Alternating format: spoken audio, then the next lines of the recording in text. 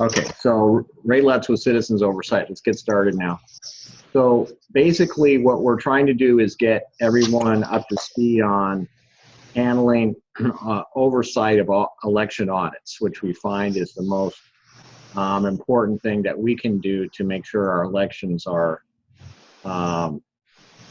working right and not rigged. Of course, there's other rigging that can take place. So this is just one small factor. Okay, so anyone who's on, if you can mute, let me mute anyone that I see. Our goal, and very briefly before we start the discussion, is to get as many counties in the top 175 counties especially set up with people that can go in and observe the random selection and the audit process and try to understand what they're doing and what they're not doing. Usually they're surprised that anybody's interested, so that's a good sign that we're doing the right thing. What I wanted to do was very early in the call, not go on and on myself. I know there's some people that have specific things to talk about. So let me start with you, Margaret, from Florida. I unmuted you. So would you like to go ahead and talk for a while? Sure. Today I actually attended the LNA for Citrus County. Okay, that's a logic and accuracy testing for anybody who doesn't know what that is. Okay, go ahead. It wasn't all that significant with respect to the audit that we'll be doing, but what it does is give me a framework for the equipment that's being used, and also it enlightened me on the different perspective that the elections people have from our perspective. It seems like everything that they do or little, no, let me take that back. Much of what they do is so geared towards their own operation and making sure that the machines are all working properly and accurately. But they really lack the perspective that we have in trying to regain integrity in the elections. So one thing that I was thinking is that maybe as in an effort to make this mutually beneficial, and this may have been attempted before, but if maybe we could give them some kind of a write-up at the end of our observations at the end of the election cycle to let them know what we saw from our perspective and maybe some suggestions for things they could do to make it recommendations that we've seen from our perspective. Does that make sense? Yeah, I agree with that, and it's a great idea. I had done that before. I did it with San Diego and talked to them about what some things that I observed that were like wrong. They actually took it really hard, and I think it actually, I spent 2 years working on the report. That's how long it took me to work on it. Mostly because almost nothing was, their procedures, almost none of them were written down. They had no written procedures really. And the ones that they did have, they weren't following. And so it was difficult to figure it out because, you know, if they did have a procedure, they weren't following it. It took a while for me to figure that out. I actually had to observe it and notice, gee, they're not even following their procedure. And they didn't follow it even up until this year. They're still not following it. So, you know, it took the lawsuit for them to even start to think about following it.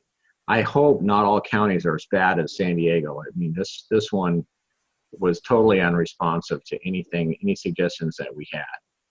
I'll tell you what does work really well, and that is, and this works no matter what, is to start with something that they're doing right, okay, and say, gee, you did a really good job with this aspect. Now, the reason, and then go on to the stuff that you don't think they did so well. The reason this works really, really well is because they like to believe that you're telling the truth when you're telling them that they're doing a good job. And so at that point, you're a truth teller, okay? And then anything you say after that will be regarded as true as well. So it's a very powerful thing, not because you want to soften your approach, even though that's what it seems like you're doing. It actually makes your approach, your statements even more robust and powerful. Okay. Now this year in San Diego, we actually did notice after quite a bit of work that they were handling the non-party preference voters correctly for the most part. And so if we go in and tell them that, then that's going to be, let me see if I can mute. There was a caller coming in here. I'm going to mute everybody for right now, and then I'll get back to you later. So I do agree with that. There are some suggestions that I have regarding what they did last time. And so maybe we can even approach them this time with some suggestions about how they might improve it before they really get started. So go ahead, Margaret. What else did you notice, or what else do you want to talk about? I think that I don't have as difficult a time finding things that they're doing right, because they're actually doing a lot of things right. But I agree with you. I think that's the approach to take, and not be negative from the very beginning. One thing that I mentioned at our last meeting was that I thought we were going to be doing automated audits in Florida for the general election, and that is the plan for the future. But right now, not everybody has the equipment to do that, so we will be doing some manual audits. However, I'm going to try to find a county nearby that has the equipment, and will be doing the automated audit, just so I understand how that works. Also, the equipment that they're going to use for the automated audit is imaging equipment, scanning/imaging equipment. So I thought that we might be able to take advantage of this transition to perhaps encourage them to pursue the ballot imaging process that you had proposed. Well, right. Well, a lot of them are moving toward the ballot imaging now process. That's going to be, I think, kind of without asking them to do it. All of these systems that are coming up are doing a complete image of the ballots through, and they can sometimes use conventional scanners to do this.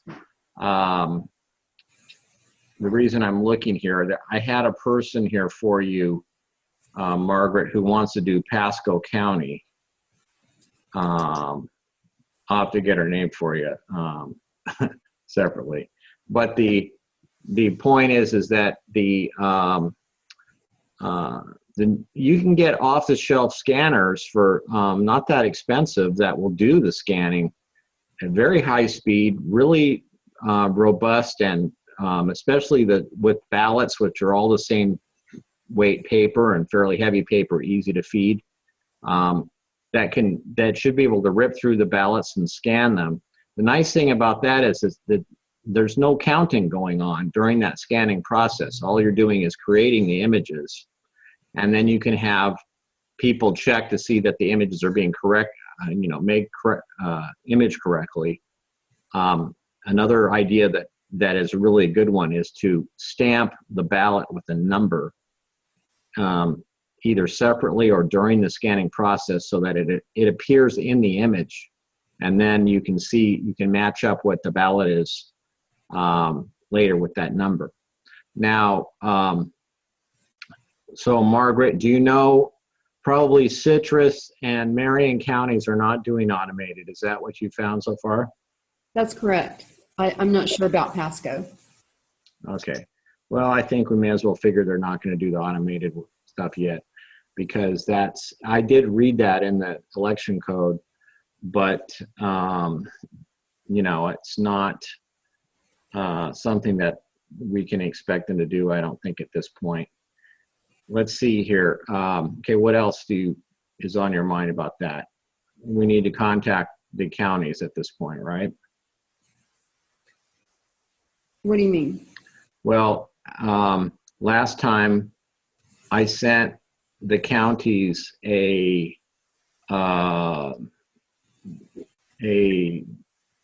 letter, an email, and talk to them about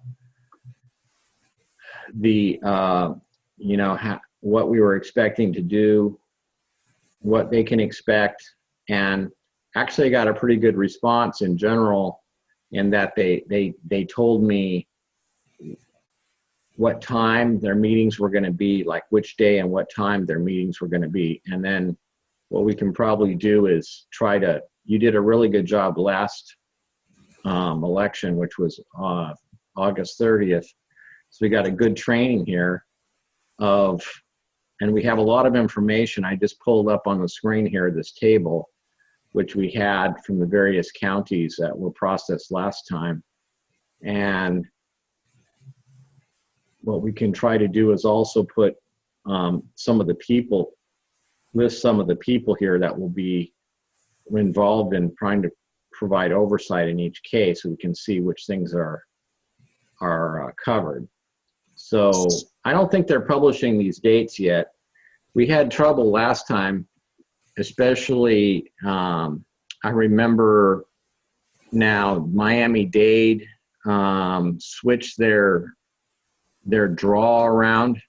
It was supposed to be on the 3rd, and they moved it up to the 1st or something like that. It was on Saturday instead of Tuesday. Right. And so that caught everybody by surprise, and they couldn't attend the meeting. I mean, that was ridiculous. So that's the reason why I'm thinking about doing it, is to let them know that we're watching again, and that we don't want them to surprise us with changing their meetings around. Please let us come to your meeting. So you're talking about something like the email that you sent to the counties in California, the one that you shared with us? Well, yeah, and sort of, but I don't know if you remember, but I sent one to the counties in Florida. Yes, I do remember. We probably should draw from that one I'm trying to look for it here. I thought maybe I put it in this, maybe I attached it. Let's see at the bottom. Oh, here it is. Email to elections officials. Okay, so we can probably just work off of this one and see how we want to improve it this time. See, I got responses, Pasco County, saying when it was, when and where. So I did get an email from a volunteer. I can't remember that person's name, but maybe if they're online, they can let us know that they're here. But it's a person who is volunteering to help with Pasco County. And then we had some people for Lee County that kind of missed the opportunity to go last time. Had a few counties that were covered with potential. We had very short period of time to try to find anybody, and actually I think we did a pretty good job given that we had a short time.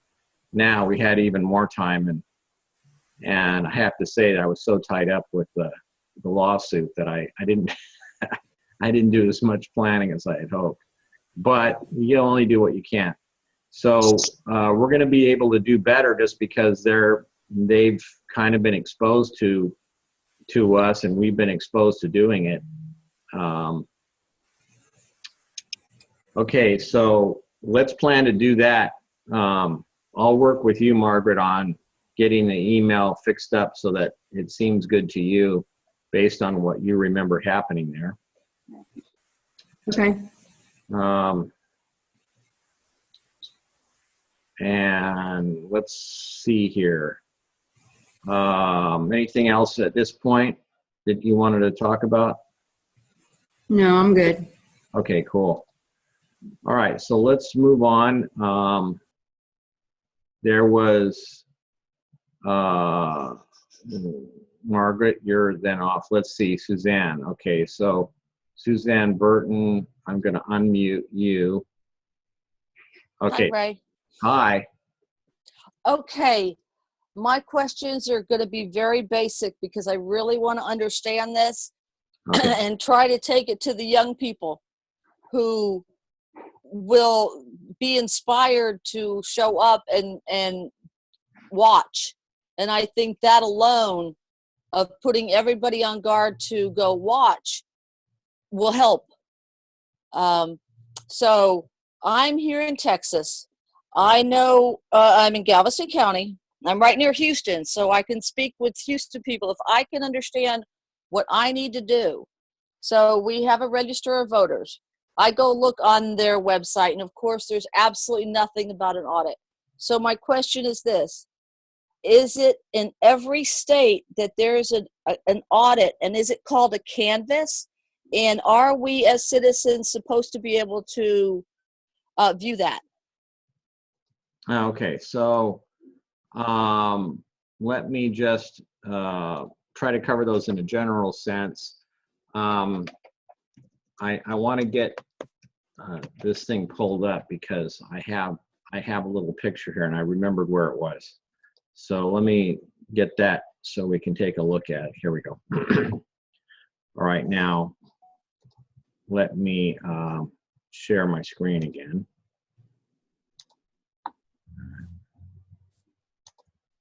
Okay, so so now Suzanne, first of all, not every state can do this. You have to have two things to be able to do the audit. Number one, you have to have paper that you can audit. We have no paper. You have none at all? The machine I vote on, I've been voting on since 2007. It's older than a flip phone. There's no, I mean, like I say, we've got Ted Cruz. We're so complete. I mean, I expect to be turned away, but I need to know how far I can push or how far I can tell people to push. What are their rights in the first place? Because if I go in and I say, hey, is there an audit? Look, I'm sorry, no. Do I stop there?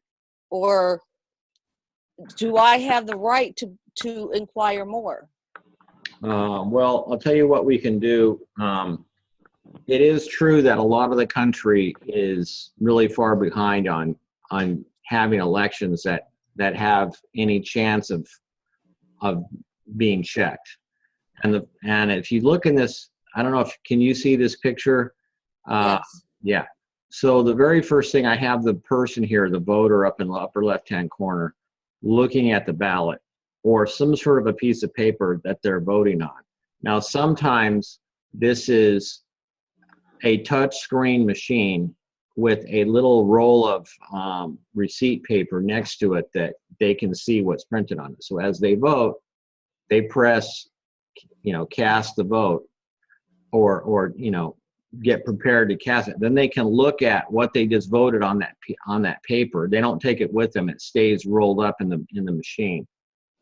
And that's called a voter verified paper audit trail, VVPAT. Of course, if you have paper ballots is another way to do it. It varies county by county. And we can take a look here. Let me just get if you go to verified voting, they have a pretty good county by county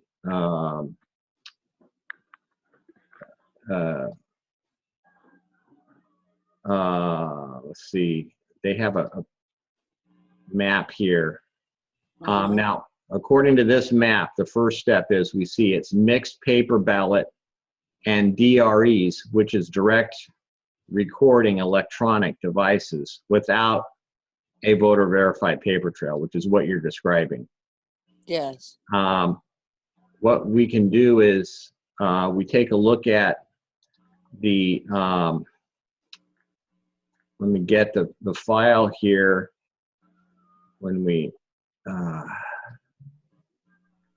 let's see, there is a county targets. Here we go. Verifier search. Should be able to pull this up. Oh, I see it. It's going, I have to change the window. Let me get to the right window. Here we go. Okay. So in this spreadsheet, this tells us for every county, and let's go down here to Texas. So what do we tell these people to do who are in this situation? Well, let's see. Let's verify the situation that you've got. Okay. Which county are you in? I'm in Galveston County. I'm next to Harris County, which is one of the big 175s. Also, I have family in Shelby County, which is Memphis in Tennessee, which also has some real bad problems. Okay. So what I want to do is try to encourage people to be there at that time. Whatever time, I don't really know what to direct them to do. Well, you have kind of a mix here, because I see in Galveston, as an example, I'm just looking here. I'm gonna freeze this top because I want to have the thing stay so I can tell it's a freeze. It's amazing spreadsheet you've got here. Well, this is from verified voting. I'm just taking advantage of what they've already done. You know, what we're trying to do is, you know, we're not trying to reinvent the wheel. These guys have already investigated. Wow. And so here's Galveston, the equipment type. And you can see VVPAT, not applicable or no. But optical scan means they're using paper ballots usually. If you Heart InterCivic usually is something that does provide, but here is eSlate with a DRE dial. Is that what you use, a dial thing? Yes. It's so old, it's hard to know how to work it. Okay. I'll get a picture of it this next time. I knew I should have last. But these optical scan, I'm trying to see why they have different types. But I guess our big one is the Harris County, which, you know, I have a lot of friends in Harris County. I can just talk. Let's move on to Harris County and see what we're looking at there. So I could tell them what to do, where to be, or optical scan or a DRE dial. It's kind of a mix. So the optical scan usually means that you don't need a verified paper trail, because it's usually a paper ballot. And that's for absentee. So you'd be really, because, so it looks like everything except, it looks to me like if you go to the polling place, correct me if I'm wrong, that everybody votes on these machines with no audit trail whatsoever. Is that right? correct. Do they encourage you to, can you become a permanent absentee voter? I don't know that. Well, that would be smart, because then you're voting on a paper ballot, Oh. and then there is an audit trail. So there's a way to force the issue here by getting everybody as possible to ask for an absentee ballot and vote absentee. Now in California, the absentee has gone up to be a majority of the voters are doing absentee now. And here in San Diego, it's something like 60% of the voters are voting permanent. They call it vote by mail now, because people become permanent vote by mail voters. And then it's on paper, and then it can be audited, not that they're going to. So now that is one aspect of it is what type of ballots are you using. The other aspect are the audit laws that exist. So now I need to go back over and pick this again. There is the two aspects here, which is what kind of machine you're using, and then there's also what your laws are in the state. Here under audits. Okay, so then we go down to Texas. All right, and see. Does it have information for people in different states to go and audit? Yeah, see, they say in Texas, all races in the greater of 3 precincts or 1% of precincts, which an electronic voting system was used, are supposed to be audited. So you do have all races in at least 3 precincts or 1% of precincts where an electronic voting system was used, which is pretty much all of them. Yeah. And so, I mean, even if you're voting on a paper ballot, they're going to go through an optical scan. Unless you hand count the ballots, they're going through an electronic voting system. So it says, the provision says, okay, you know, the better place is this place here, which is CEIMN. It's the Minnesota. Let's click over there. It's the Citizens for Election Integrity in Minnesota, a really good website. And this one has for each state the details of what their law is. And taking a look at Texas, because this is a pretty important state for us, voting systems used are mixed paper ballots and DREs without the VVPATs. Not good. So transparency, there's no statutory requirement that audits be conducted publicly. That's not good. There's no statutory requirement that the audit results and data be made public. That's not good. Well, you know, I can requirement allowing observers to verify anything. And this is what I'm going to, you know, promote is the, you know, let people know what it looks like, what we're up against here. I think it's a real bipartisan issue. I think everybody's afraid, and we can use that fear factor just like everybody else. Absolutely. We've got both sides of the aisle now pounding on this. I especially like the fact that even though I'm not, you know, a Trump supporter by any means, but just the fact that they're saying that the election could be hacked means we've got people from the extreme right that are also on our side here. So yes, this is going to help us. It's kind of may hurt a little bit because they say, well, they're all wackos and so we don't need to do anything. But basically, it is a very nonpartisan issue. That's why Citizens Oversight, we're nonpartisan. We're not, you know, promoting one thing or another, even though I may give my personal opinion about things once in a while. That isn't the official. So let's see here what they're doing. In this case, it says the type of audit units are precincts and districts, and they say a manual count is to be conducted in at least 1% of election precincts or in at least 3 precincts, whichever is greater, using electronic voting systems. Now, here's the thing. How can you do it if they don't have any paper trail? Because what are they auditing?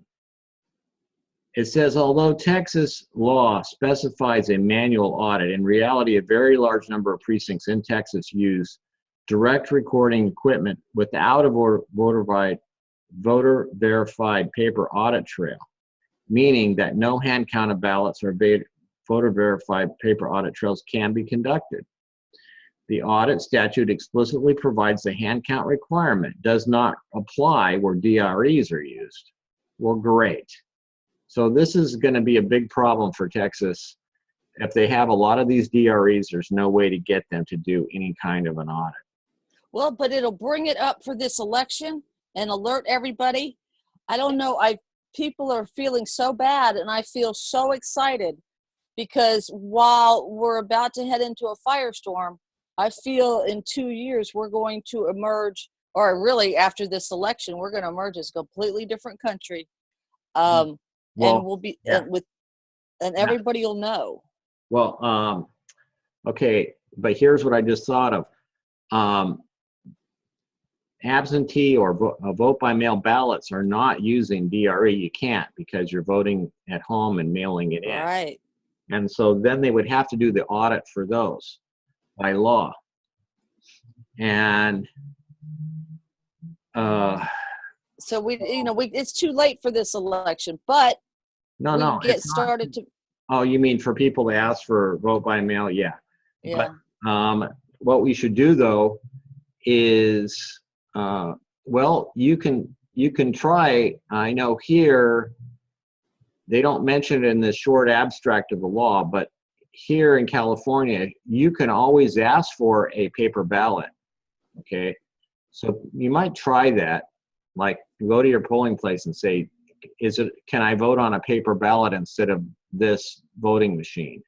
See what happens. I'll call them and ask them. They would Yeah. have to answer me, huh? Yeah, they usually need to ask. If you ask them questions, they're supposed to answer the questions. All right. Right. And so I'd have to look at their law. At least that's what it is in California. We have the Bill of Rights here, Voter Bill of Rights. So the best I can do is to start letting people know that in the different areas of what their state looks like, and let them go ahead and get concerned and decide to do something. So that's what I'll do this next week. Yeah, I like that idea, is to start raising the issue that unlike many states, Texas is, as usual, upside down and backwards, and not able to do any real audits because they're using these DRE machines with no voter verified paper trail. Let everybody know has mandated a voter verified paper audit trail in all machines. So you can't do what they're doing and not have any audit trail. Okay. As a backup position, why don't you try that? Go to your election officials and ask them, if I go to my polling place, can I vote on a paper ballot instead of using electronic? Hello. And see what happens. Okay. Thank you, Ray. Okay, you're welcome. All right, so let's see here. We've got some things going in Texas, which that's a good deal. Let me see the participant list again. I see Tricia has her hand up, so let me go ahead and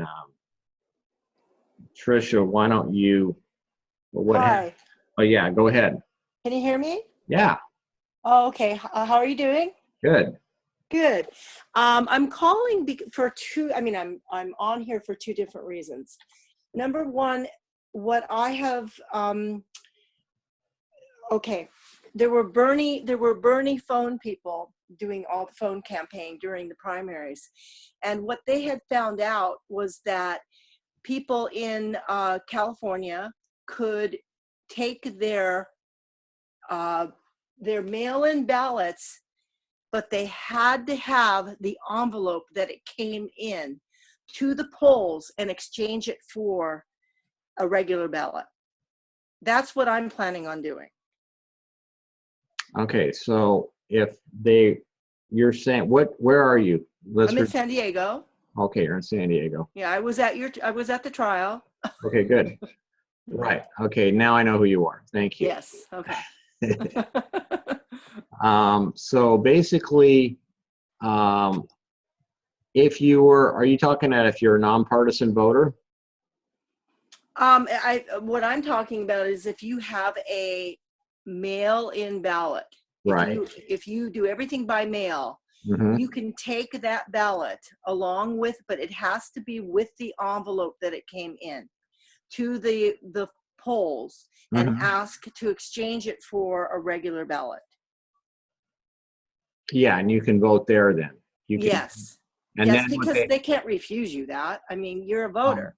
Right, you are. And what they do is the only time they refuse it is if you don't have your ballot to surrender.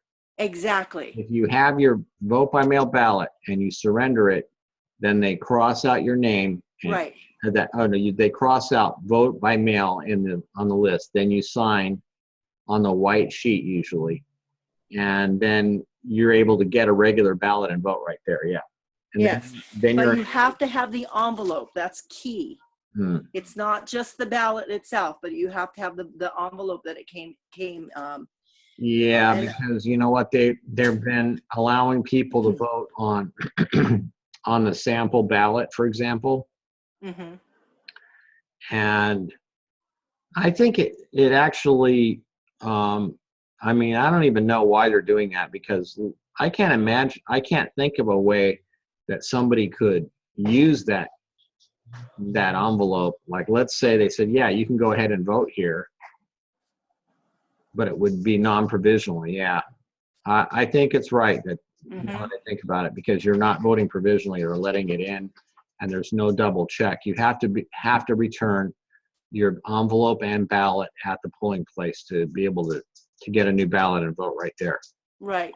Now, the other issue is I'm one of the 55 California electors that are basically electing Bernie Sanders as a write-in candidate in California. And I'm one of the people, I'm helping the person that started it. I'm basically her right hand. And we have been dealing with all these different register of voters offices in California. And everybody has been very, very, what is the word?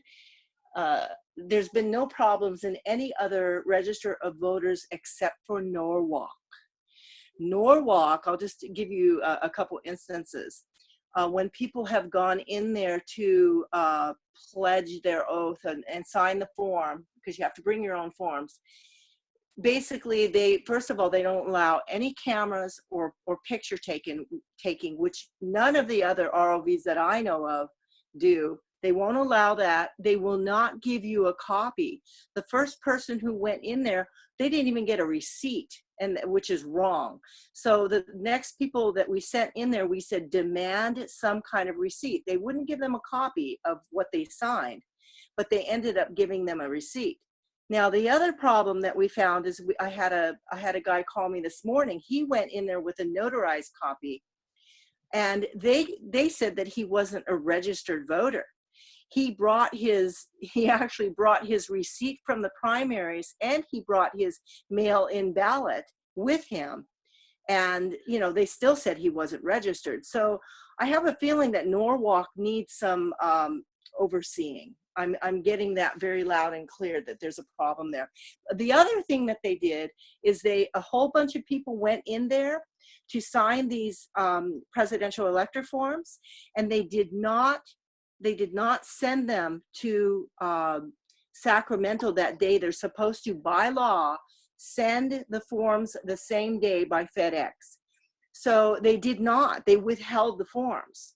So there's something fishy about that place. We're just telling people now to go notarize their form and send it directly with certification.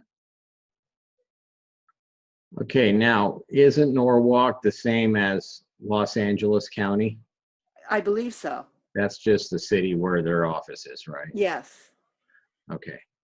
So, yeah, I actually know absolutely nothing about the issues that you're talking about in terms of being able to get somebody like Bernie Sanders to be on the ballot somehow. I know there's a push for that. Mm-hmm.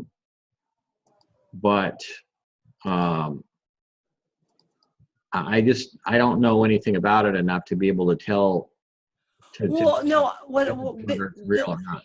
The thing that I'm just bringing up, not that fact. I'm bringing up the fact that there's fishy stuff going on there. So if there's fishy stuff going on with this, what else are they doing or may have done with the voting process? That's all I'm bringing up, is that, Oh, okay. this is what we found with working with them and all the people that have gone in there. It's just a little odd. That's all. Okay. Good.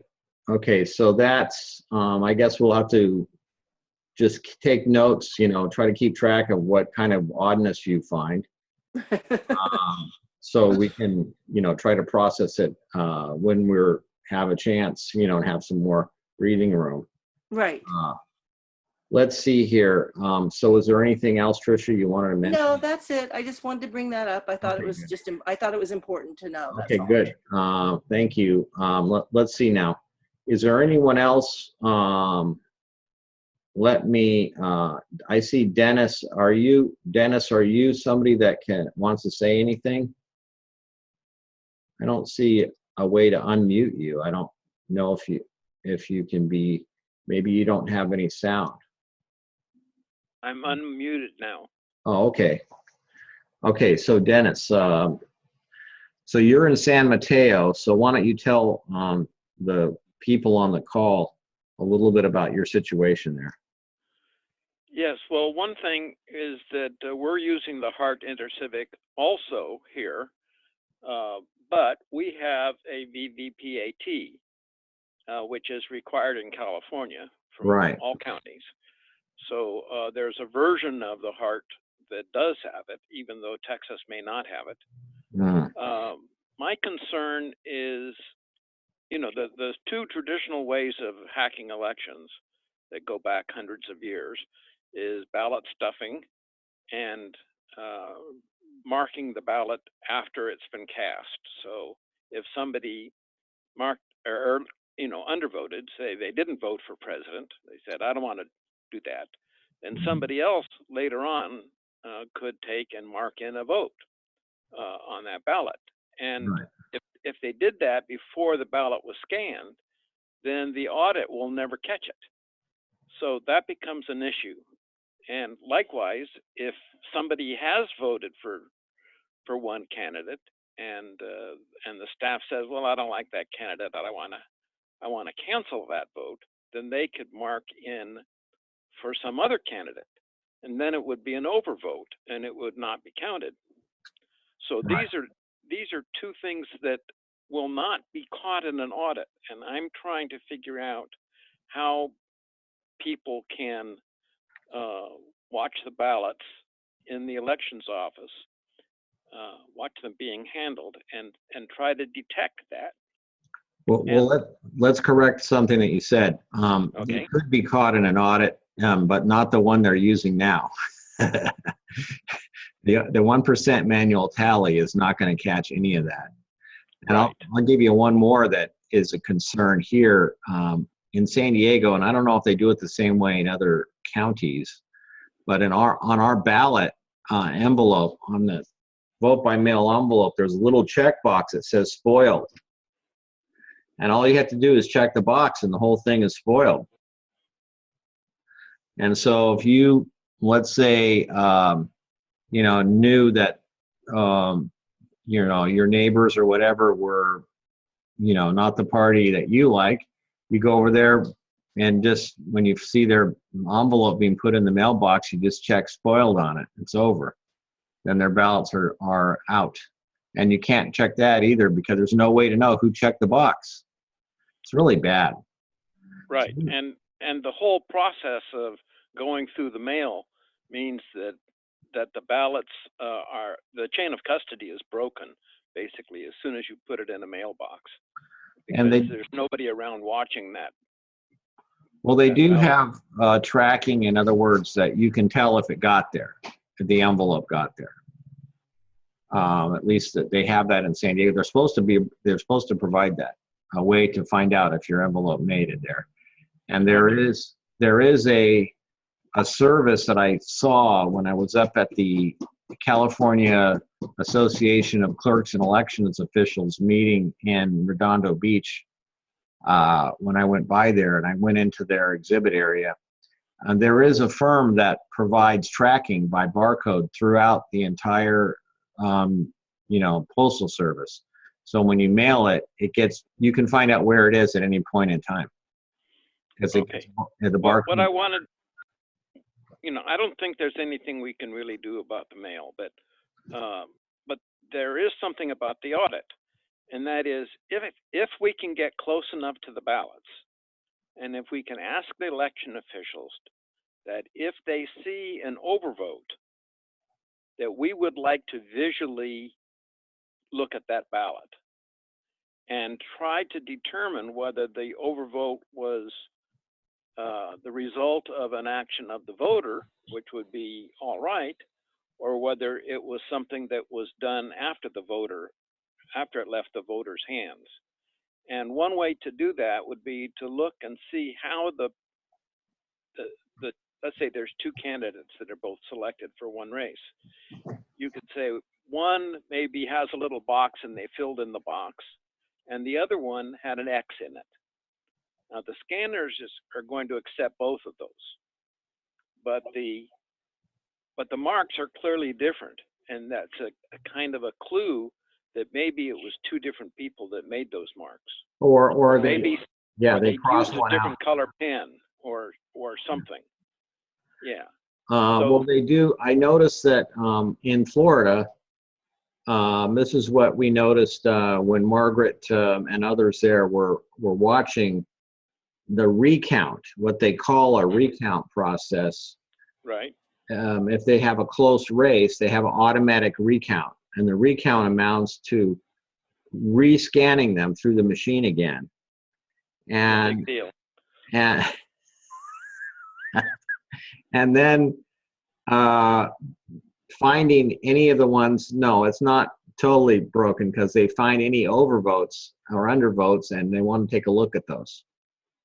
And so then they manually look at the overvotes and undervotes and see what happened. The problem is that when they do this sort of a half-baked recount, they do not do any other audit at all. They usually do one random race and 1% of the precincts for that random race by hand. But if they do this just looking at the overvotes and undervotes of one race that's close, then all the rest of the audit is thrown out. So it's actually worse. You're worse off if you ever get a recount, because the rest of the audit isn't done. But I think that the big problem that I'm seeing here, and I think other counties are doing it, is this whiting out business of trying to do quality control on the ballots before they go through the scanner with not enough people watching. It's a real big problem that we did discover in our lawsuit through our discovery process. We really can't include that in our lawsuit that we're processing now. Okay, so I'm hearing some background noise. I'm going to mute that person. Okay, so Dennis, you're in San Mateo. Were you able to contact that other person that I gave you? Did you get any luck there? I sent them an email, but I haven't received anything back yet. Okay, so within California, I put here up on the screen the top, our top targets here, which is the top 24, which is both the yellow and the green that you see here. Los Angeles, San Diego. Now, San Diego, we got a lot of people for that. We really need, I think we have one person in Sacramento. We just really need a lot more people. Alameda, we have a few people there, several that want to do that. Santa Clara, there's a whole big group of people there, I think, that are ready to go. I can't recall the name now, but it's the Push for Progress people. Oh, okay. Fresno, what a disaster. They've already chosen their random selection, and so it's not any kind of surprise. So there, you're just enabling hacking in that county. We do have people in Kern County. It's a long way off for them to get there. We've got a lot of work to do to try to cover all this. But at least what we're doing is we're asking them, with that letter that I sent out, I sent it to all the top 24. And that should at least help put them on notice that we're watching to some extent. Hey, let's see here. Thank you, Dennis. Yeah, thank you. Yeah, so Bye now. bye.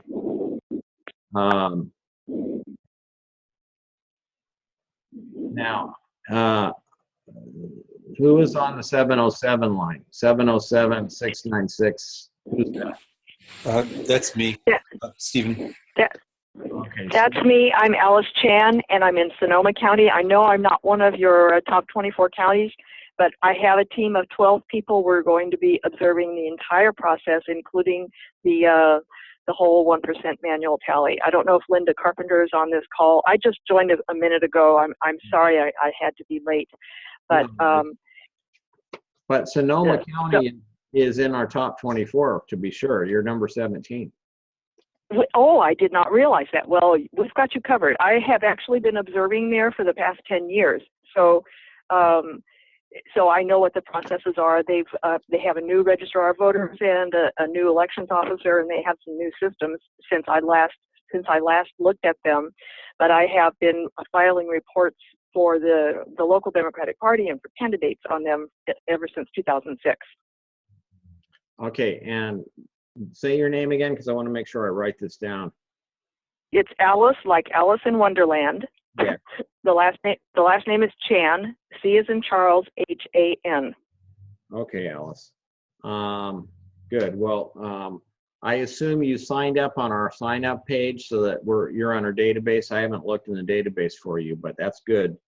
I'm a recent addition. I'm not sure I've signed up all the places I need to sign up, but I will look and make sure that I have.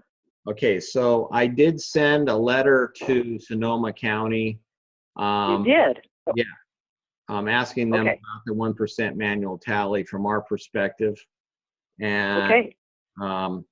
and so I can send you that. But I saw the letter, Ray. That you sent. I think. I mean, it came as an attachment in an email, right? right. So it was the one that I sent around was to Los Angeles, but they were all the same, except. Okay. And Sonoma is one of those counties that I believe. Let me see here. In our lawsuit. Bill Rousseau, I believe, filed a letter supporting Alex Padilla. Yes. Okay. Well, this was regarding it in our lawsuit. Let's see, would be election audit lawsuit, and in their county reply, let me just see. Santa Cruz, Contra Costa, Sacramento, Orange, Sonoma.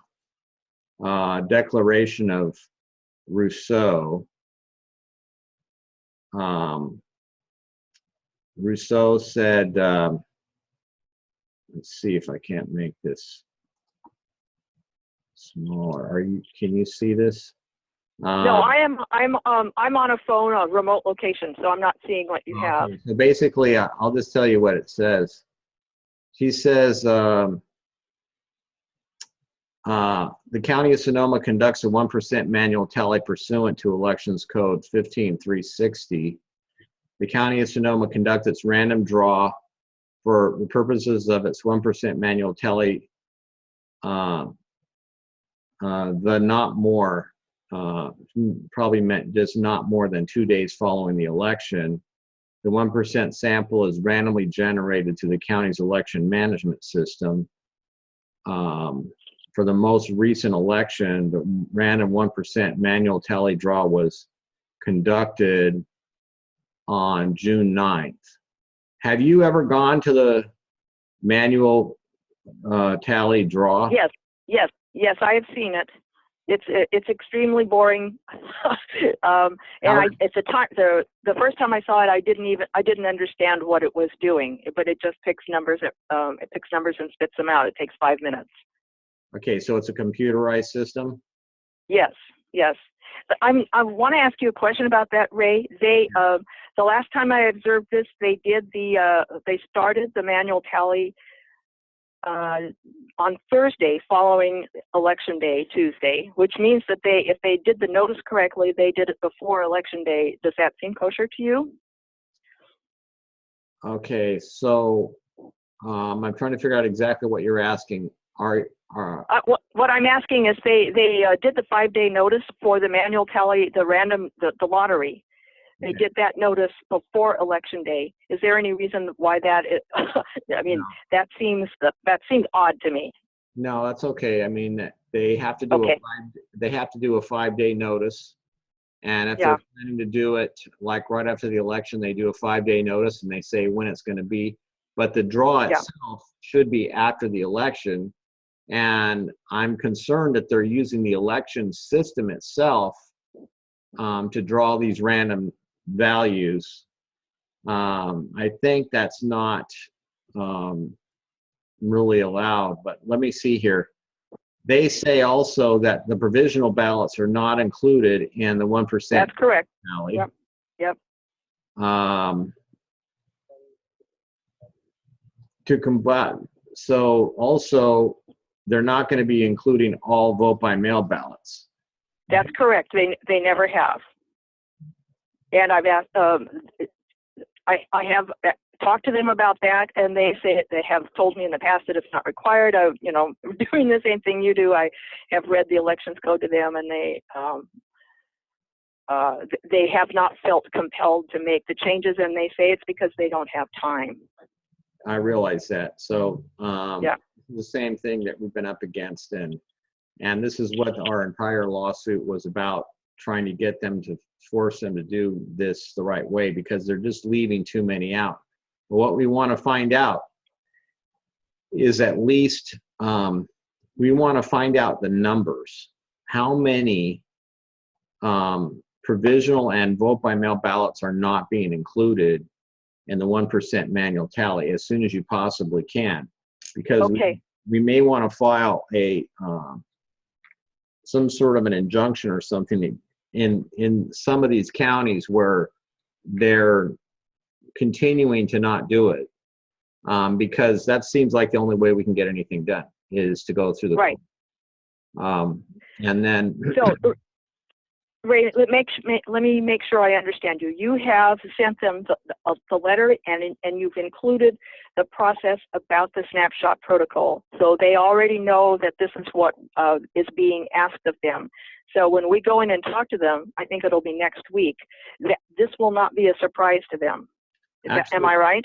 Yeah, and actually it would be beneficial if you would, I will send you the copy of the letter that was directed directly to them.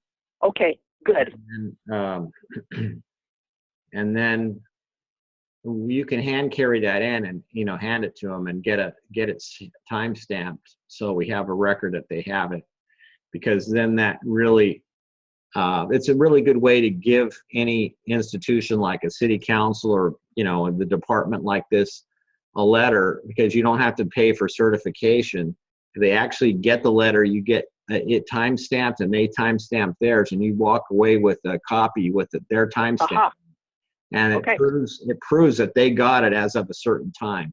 And when you have a hard copy hand delivered like that with their timestamp on it, there's no way they can say, oh, we didn't get it, we're not going to process it, we don't have to process email, blah blah. Ray Lutz is from out of town, we don't like to have to process anything from him. You guys are right in town, and your voters that are there, and you have a right to do all this. So and so that's perfect, because we do need volunteers as much as possible to be right there and watching everything. And we want to get, because this was a big deal in 15360, the change in SB 1235 was to use, to randomly choose the precincts that were going to be tallied. And that was part of the change that they made, was that they wanted it to be a random process. And of course, some of the counties still are not doing it. I didn't know that until I read this again. It didn't dawn on me that they were using the election system. See, again, the County of Sonoma conducted its random draw for purposes of its 1% manual tally not more than 2 days following the election. A 1% sample is randomly generated through the county's election management system. Ray, can you send me a copy of that letter? Is that Yeah. kosher? Of course, this is part of the evidence that the county provided. Okay. All right. So let me just stop this sharing for a second. I just want to get the email started. I apologize to everyone else. Now, what is your email, Alice? It's my last name, Chan, C as in Charles, H-A-N, first initial A, Chan A, at Sonic, like Sonic Boom. I got it. .net. Yeah, I found it. Okay, good. I will got that started. Okay, so all right, thank you. Thank you very much. Let's that was a very productive thing. And this is the kind of thing that by the way, in meetings with citizens oversight, what we will do a lot of times is actually send emails and stuff to departments and so forth that we want to contact and ask them questions. So it's we're very, very active in terms of trying to actually do something in our meetings, if indeed we find a need to do that. I haven't seen it today yet to do that. Okay, let's see. Thank you very much. Let me unmute everybody and see if there was anybody else. Mute yourself if you're not want to talk. Does anyone else just want to chime in before we end the call? Ray, can I ask you one question? Yeah, who is this? This is Trisha Morea. When are you going to actually need that help? What are the dates? Okay. This is something that I should probably present to everybody. Let me remute because I'm hearing some extra noise. Okay, so basically the vote by mail ballots have been mailed and some people have received theirs. I haven't seen mine yet, but it should be coming here in at any time. And now the vote by mail ballots will start to be returned. And we actually need to start watching what's going on at the registrars of voters offices right away. It would be good if we had people there from time to time going in to see how the vote by mail ballots are being processed, just to make sure it matches what we understand is the process that they should be using. Normally, they're going to be bringing in the vote by mail ballots, and first cut is to check the signatures and running them through the machine, at least in San Diego, to see if there's signatures. And if they're not, then going back to get a signature. But then in that imaging process, they get it, snap a picture of the front of the envelope, and then they can compare the signatures with what's on file. And then after that point, they start to batch them up and put them in. And what we're hoping that they do is sort them by precinct so that they can do the audit properly later. This was a mistake that they made in this last election. They weren't sorting by precinct. So it's going to be something that we're really going to be looking closely, at least here in San Diego, in terms of how they're handling the vote by mail ballots so that they can audit them properly later. Let me tell you what was going on. They started using the vote by mail ballots and grouping them into what they call batches or decks. And they use the name decks here, and it's kind of a good name because it's specific to the vote by mail ballots. And in a deck are some, say, 400 ballots, all right? In mixed precincts, so there are any number of precincts in there, usually up to, say, 40 precincts in any one deck. Their group, okay, in general, they're just mixed precincts. We'll go with that. And then they had 1,300 total decks of 400 ballots each. About half of those, they were subjected to the 1% manual tally. How they were supposed to do it is to choose randomly a number of those decks or batches and then get a report from the computer, hopefully in advance, compare the report. What we want is we want the entire report of all the decks so that they fix that, and we say, here's a report so that they can't change it. Then they randomly choose 8 out of the 730 initial decks and would tally those and compare with this report. Now in the GEMS election management system, they can't make conveniently a report of all of the decks. When I asked them to include more decks in their sample, I was asking for them to, you know, include decks from the rest of the ballots that they had not processed yet. And those would be then, unfortunately, we didn't have the report ahead of time for even the ones that they did choose. So they said, all right, we're going to stop here and we're going to go and now process them by precinct. So that means they had to go into these decks and pull out the ballots for the individual precincts that were going to be audited and then group them together into precincts so that they could be manually tallied. In order to find the ballots, they used a computer report to tell them which decks had the ballots in them. So you're using a computer report to find the ballots, which then you're going to group together, and then you're going to tally and then compare with the computer report. It's circular. Now, if for some reason you did not scan a ballot on the first run and it was missed, it would not be in the computer report. Therefore, you would not go get it and you would not include it in the final group. And the fact that you missed the ballot would never be detected by the tally process.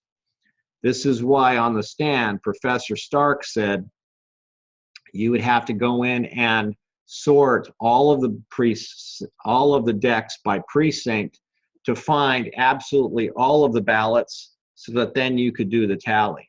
So we don't want them putting them into mixed precinct batches unless they can create a report for those all of the batches in the set.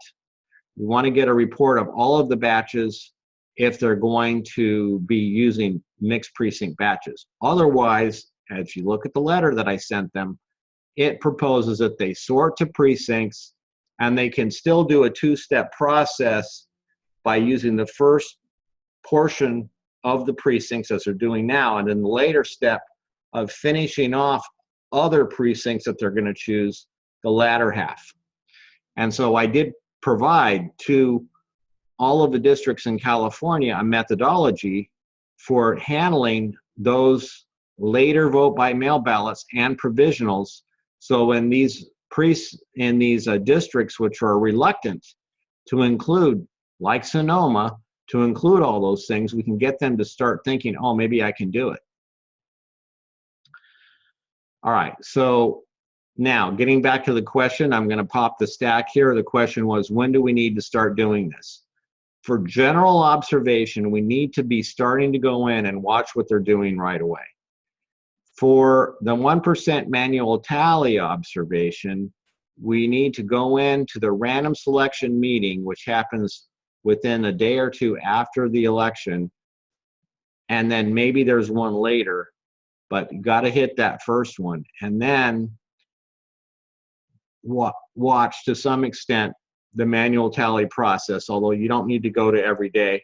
The thing to watch is when they finish their tallying process, what do they do? And then getting the report. We want to be able to follow that audit process closely enough so that we can verify that the report that they're generating actually matches what they did.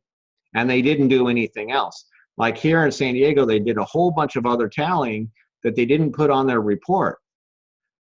We also want to see if we can verify that the decks or batches are secured before they go in and they're not monkeying around with them to try to pre-count them or pre-select them so that they will match. that's what Michael Vu did in Cuyahoga County, Ohio in 2004. And, so he has a history of doing that. All right, well, it's been an hour and 15 minutes. It's probably long enough. Hopefully that will answer your question. I'm going to go ahead and unmute everybody. Is there anything final anyone else wants to say before we conclude the call? I just wanted to say one more thing to that last question, added to that. And Okay. that is there going to be an organizer in San Diego for this? Yes, there is organizers in San Diego. I mean, who is it? Because I know all the people, but who is going to be the one? Well, I'm not going to be able to say that there's any one person who's the top organizer or anything. Okay. But we have a number of people who do the organizing. Actually, some of the people that never show up did most of the organizing of who's going to be working when. For example, Daniel Osmond did a lot of organizing. And Madge did as well. Yeah. And so, and Daniel never was able to show up because he works all the time, but he was able to get everybody lined up to be coming in at the right time. So let's see, is this Tricia that's asking the question? Yes, yes. Okay. Well, I think actually I wasn't disappointed with how the organization happened. There's a couple of things I want to mention about this. This is kind of a good point. What we found was that unlike what you might think, it's better not to be too organized with who's doing what. And I'll tell you why. If you say come in and everybody has their shirt on, it says citizens oversight, and you all have your little hats on or whatever, and you come in and it says, observer, they're not going to let very many people in because they only allow a couple of people from each organization. So you really don't want to be combined in an organization from their point of view. You want to be coming in distinctive and kind of organized, but not too much, because you're operating independently then as individuals, and they can't stop you from coming in. Mm-hmm. So it's kind of counterintuitive. You would think, okay, well, let's be really organized and make sure that everyone has a nice colorful shirt on and stuff. That's always fun, but you can't do that, so we don't even do it. We don't try to organize like that. Because what they do is they clamp down on us and say, okay, you can only have 2 observers because you're from the same organization. So then we learned, and we said, well, we're not doing that anymore. Well, I think my point was, I remember Madge, I couldn't at the time because I was healing after a major surgery, but I wanted to go, but I couldn't. But Madge basically was saying, we need 2 more people at 2. We need this. Basically, she was doing it like that, so there'd only be a couple people at a time, and not everybody would be showing up at the same time at the ROV. Yeah. Well, okay. Somebody's talking there. Who's that? Sandra. Let me mute Sandra. Okay. So basically, it is.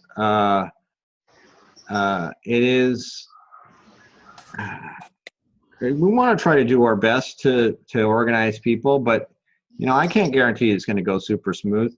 And it's good for people to come in and everybody kind of learn everything too, where if we say, okay, we're only going to let you do a certain thing, and those people aren't learning everything.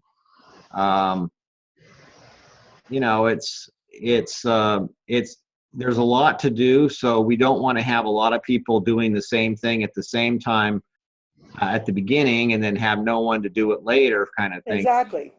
So that's a good point where we want to try to spread people out. And it's kind of like this volunteer work we did with the roster review.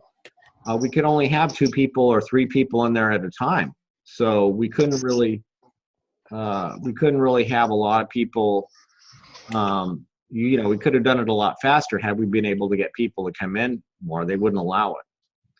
So then we had to stretch it out to about a 4-week process. we had plenty of time for other people to help out. All right, so let's see, it's 20 after. Essentially, all of these different areas have to operate somewhat autonomously and independently. Citizens oversight and myself and other people that are trying to coordinate this can only do so much. You know, we're trying to get people together to try to work together on it. And then every area also is quite a bit different. Even in California, every area has its own issues. Some of them are, I mean, there's a lot of issues that are the same, but each area, it has different people, different processes, different procedures. It's a real mess from my standpoint and our standpoint, because it's very hard to have a set, here's how we do oversight, when everything is across the board different everywhere. It's Right. a lot of things are the same though. Okay, so let's call it quits for tonight. We'll have more of these. I'm going to try to have them on a very regular basis as we go through and we get people lined up, get people all thinking the same way so that we can go forward. But everybody in their area should be trying to get the times for when they're going to do things. I sent, by the way, Michael Vu an email asking him when the logic and accuracy testing was supposed to be done, because it's not advertised on their website, and they made a big deal about it in the trial that I wasn't attending. So I'm happy to go in and see what they're doing, even though I don't think that that's a big issue that we need to really concentrate on, the logic and accuracy test, because that's just testing their equipment as to whether it's programmed correctly, as opposed to finding hacking. You know, that isn't a place where you find the hacking. All right, so I want to thank everybody for attending, and we're going to call the end of the meeting. Thank you very much. Bye-bye. Bye-bye.